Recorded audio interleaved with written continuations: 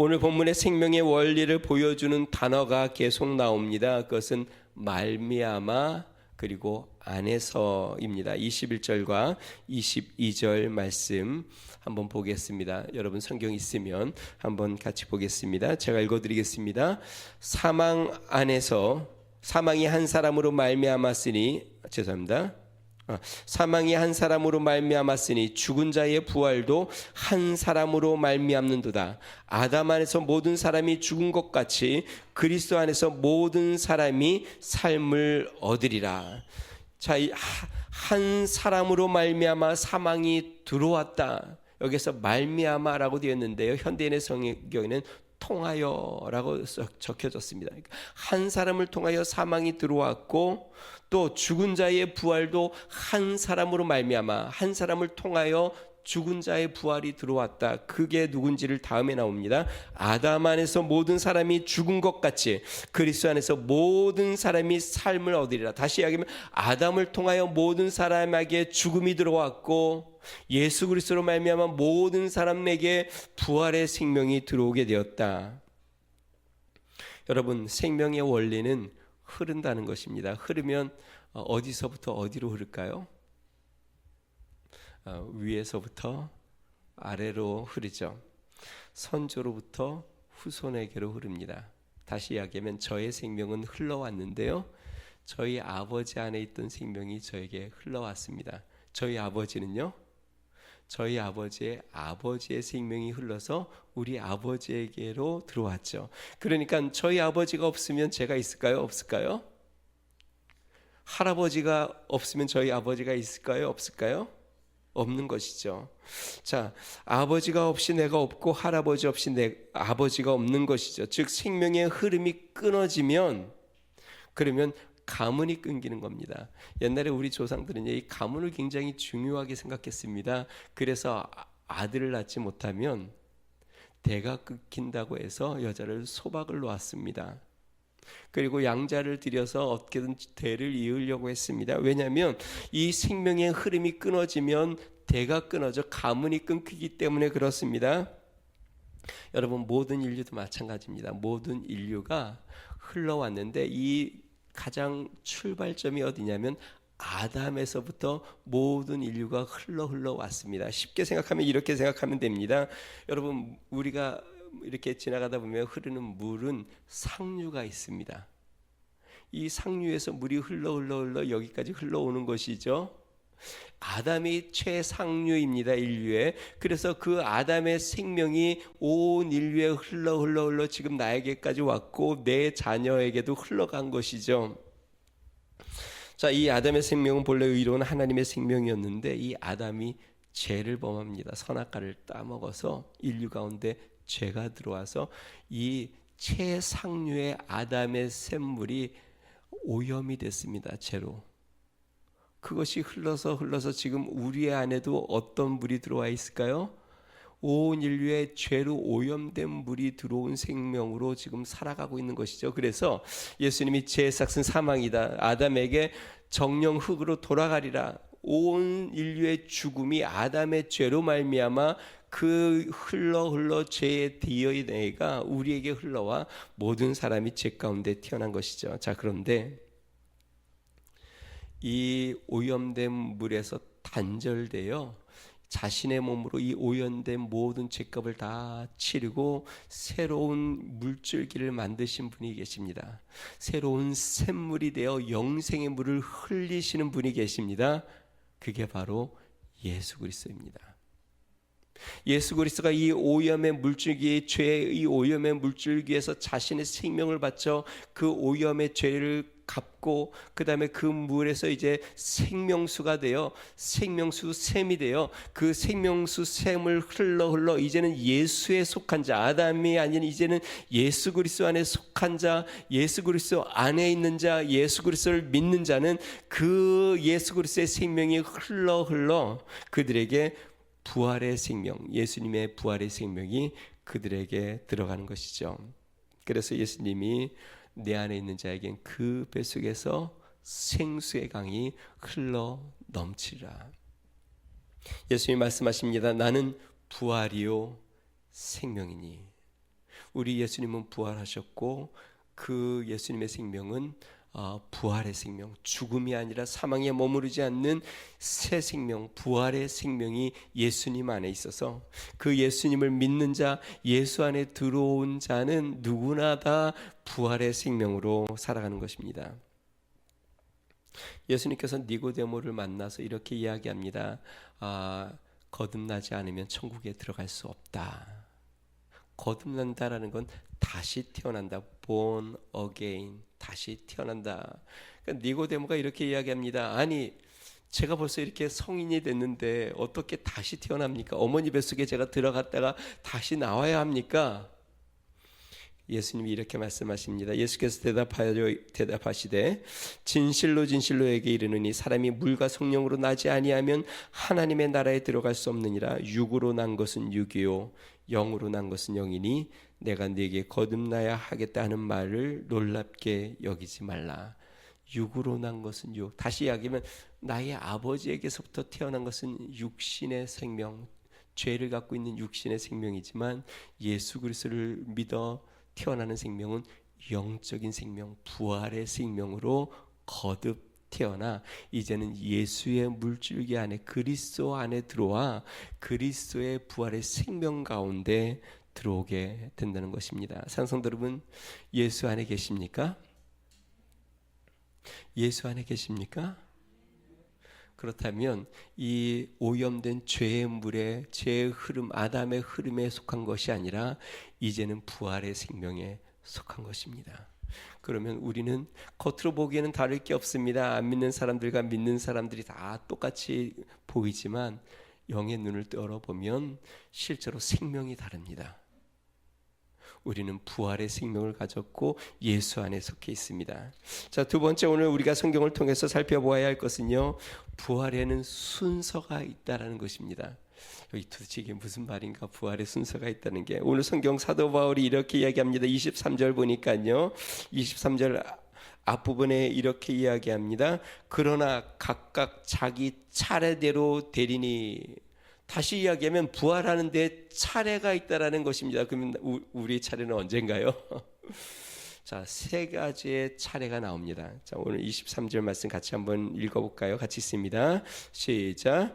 그러나 각각 자기 차례대로 되리니 먼저는 첫째 열매인 그리스도요, 다음에는 그가 강림하실 때에 그리스도에게 속한 자요. 자, 첫 번째는 예수님이 부활의 생명으로 부활하셨습니다. 그래서 부활의 첫 열매, 부활의 선두주자가 되셨습니다. 온 인류 가운데 사망으로 가득 찼는데 예수님이 부활의 문을 활짝 열고 무덤의 문을 여시면서 부활의 문을 활짝 열며 첫 번째 부활주자가 되셨습니다. 자, 두 번째 차례는요, 오늘 23절에 보니까요, 이렇게 이야기합니다. 다음에는 그가 강림하실 때에 그리스도에게 속한 자요. 그리스도가 강림한다는 말은 예수님이 이 땅에 오실 때입니다. 그러니까 예수님이 2000년 전에 오셨잖아요. 아기 예수로. 그걸 초림이라고 하고, 예수님이 다시 오시는 것을 재림, 다시 한번 오신다고 해서 재림이라고 합니다. 예수님이 다시 오시면 온 세상을 이제 심판하는 때인데, 예수님이 다시 오시는 그 재림 때에 그리스도 안에 속해 있는 자도 부활하게 된다. 여러분, 혹시 휴거라는 이야기 들어보셨습니까? 영화도 옛날에 많이 했습니다. 예수님이 공중에서 천사들과 함께 나팔 소리와 함께 오실 때에 믿는 자들이 변화되어 영화로운 몸을 입고 예수님을 맞이하러 하늘로 끌려 올라가는 거, 이것을 휴거라고 합니다. 자, 이렇게 영화로움으로 변화되어 주님 앞에 나아가는 것을 부활. 먼저 예수님을 믿은 자들도 다시 살아나 영적인 몸을 입고 하늘로 올라가고, 살아서 믿는 자들은 그 몸이 순식간에 변화되어 영화로운 몸을 입고 예수 그리스도를 맞으러 올라갑니다. 이것을 첫째 부활이라고 이야기합니다. 여러분, 예수님이 부활의 첫 열매가 되었다고 얘기했는데요, 열매를 한번 생각해 봅시다. 제가 요즘 이렇게 아마 교회 밑에 이제 카페 가면 수경 재배 이렇게 뭐 이렇게 몇 가지 이렇게 해놓은 게 있습니다. 제가 그게 이렇게 좀 이렇게 보다가 그 딸기를 수경 재배하는 분들이 계시더라고요. 근데 어떻게 하냐면 딸기 알이 하나 이렇게 있으면요, 열매 하나가 있으면 겉에 보면 딸기의 겉에 이렇게 오돌토돌 이렇게 난 게 다 씨앗들입니다. 그러니까 하나의 씨앗이 엄청 많은 거죠. 그러니까 그 씨앗을 이렇게 잘라서 땅에 이렇게 묻어 놓으면 싹이 이렇게 하나하나 씨앗마다 올라옵니다. 그러니까 이 딸기 열매 하나에 수많은 씨앗의 열매들이 있고, 그것이 땀게 심겨지면 또 그들이 싹이 나고 올라와서 또 많은 딸기를 맺습니다.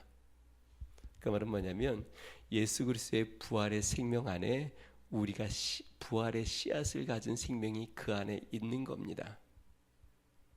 예수님의 첫 열매처럼 우리도 이 땅 가운데 심겨지고 주님이 부르시는 날 우리도 부활의 열매가 되어 우리 하나님 앞에 부활의 생명으로 나오는 것입니다. 우리는 예수 그리스도 안에 있고 그 예수 그리스도의 열매 안에 우리도 같은 생명으로 있고, 우리도 주님이 부르시는 그때에 부활의 생명으로 부활하는 것입니다.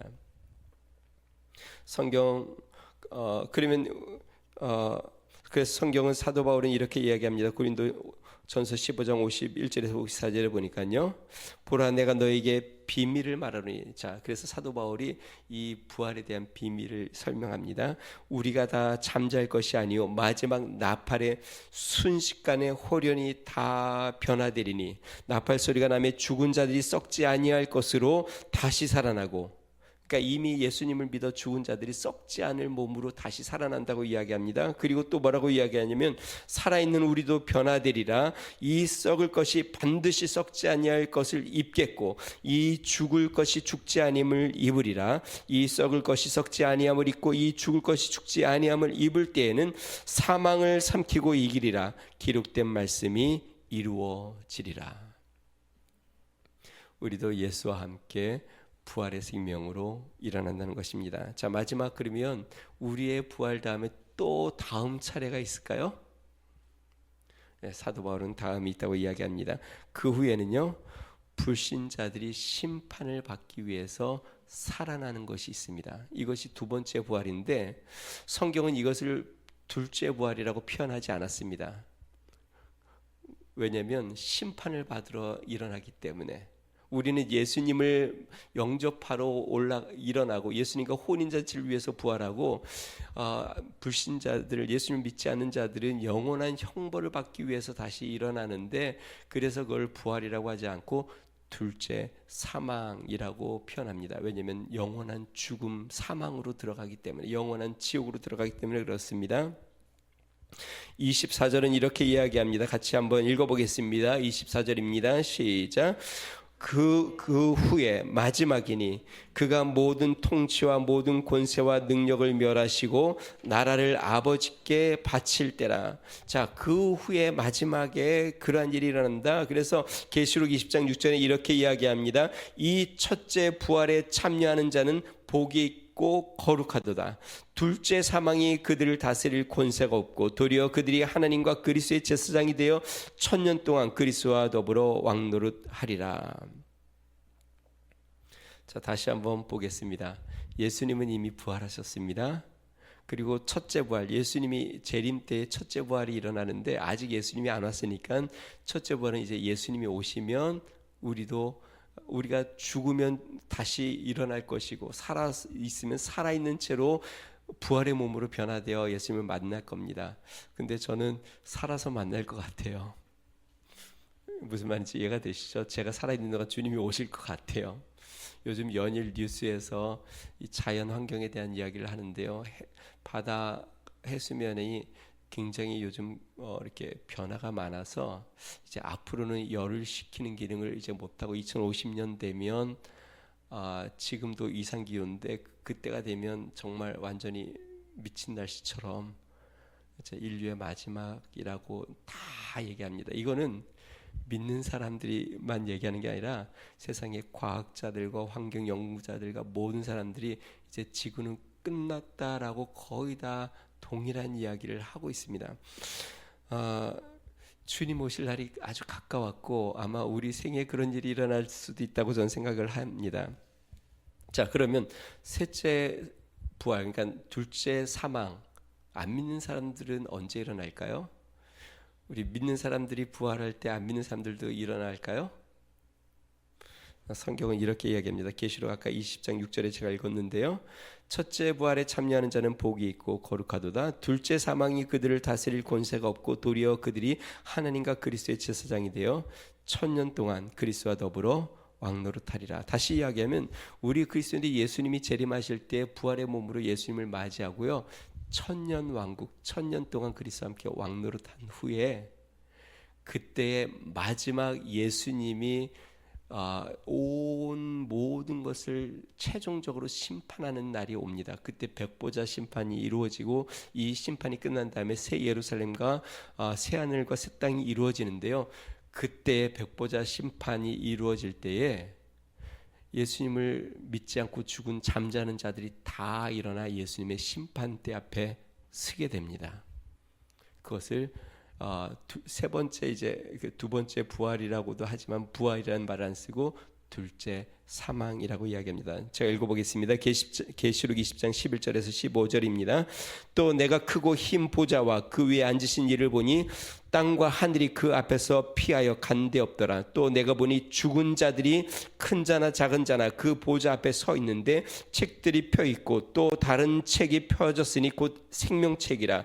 죽은 자들이 자기 행위를 따라 책들에 기록된 대로 심판을 받으니 바다가 그 가운데서 죽은 자들을 내주고 또 사망과 음부도 그 가운데서 죽은 자들을 내주며 각 사람이 자기의 행위대로 심판을 받고 사망과 음부도 불못에 던져지니 이것은 둘째 사망 곧 불못이라. 누구든지 생명책이 기록되지 못한 자는 불못에 던져지리라. 자, 이때 천년왕국이 끝난 후에 이제 마지막 심판이 이루어질 때에 성경에 뭐라고 이야기하냐면 하나님의 이 백보자 심판이 이루어지는데 바다가 죽은 자들을 다 내어주고 사망과 음부도 그들 가운데 죽은 자들을 다 내어주어 이미 죽은 자들이 다 다시 일어나 심판대 앞에 서는 날이 올 것이다. 생명책이 기록되지 못한 자는 다 불못, 우리가 얘기하는 지옥에 영원히 꺼지지 않는 불에 들어가게 되리라 라고 성경은 적혀져 있습니다.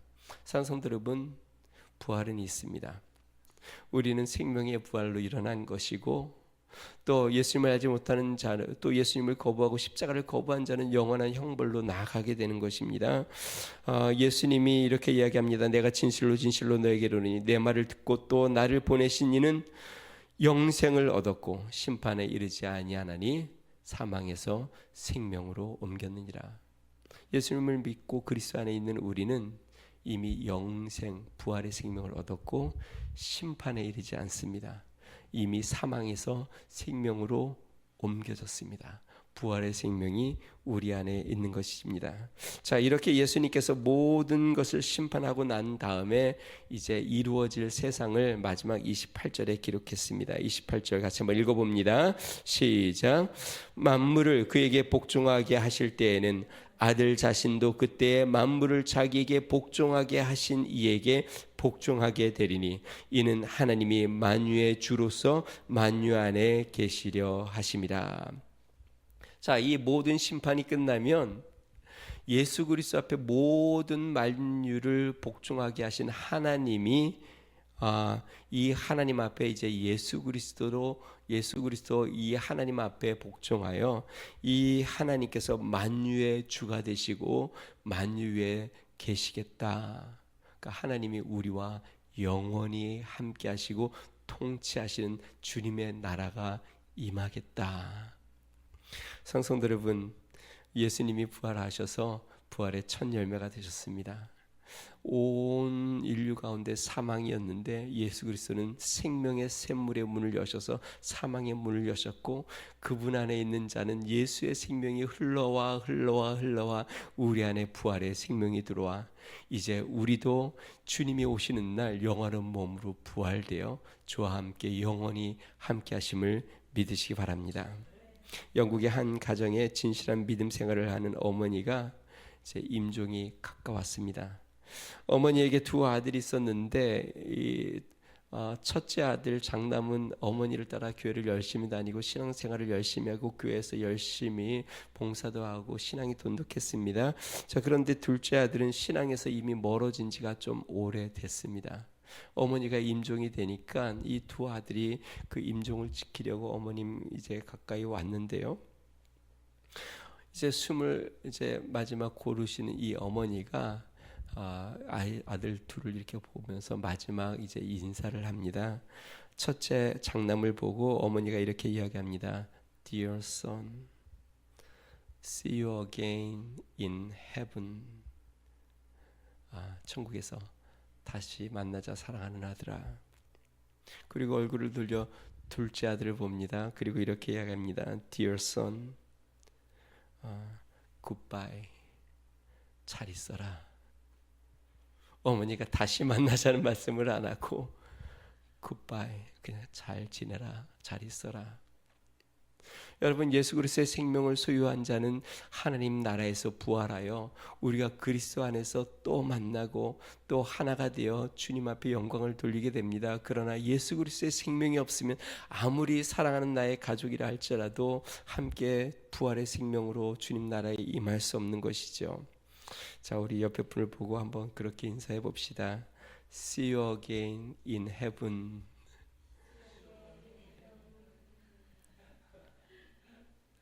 이 땅에서도 만나지만 주님 나라에서도 우리가 만나는 믿음의 성도 되기를 주님 축원드립니다. 영원한 천국을 소유하는 부활의 생명으로 살아가는 믿음의 성도 되기를 주님 축원드립니다.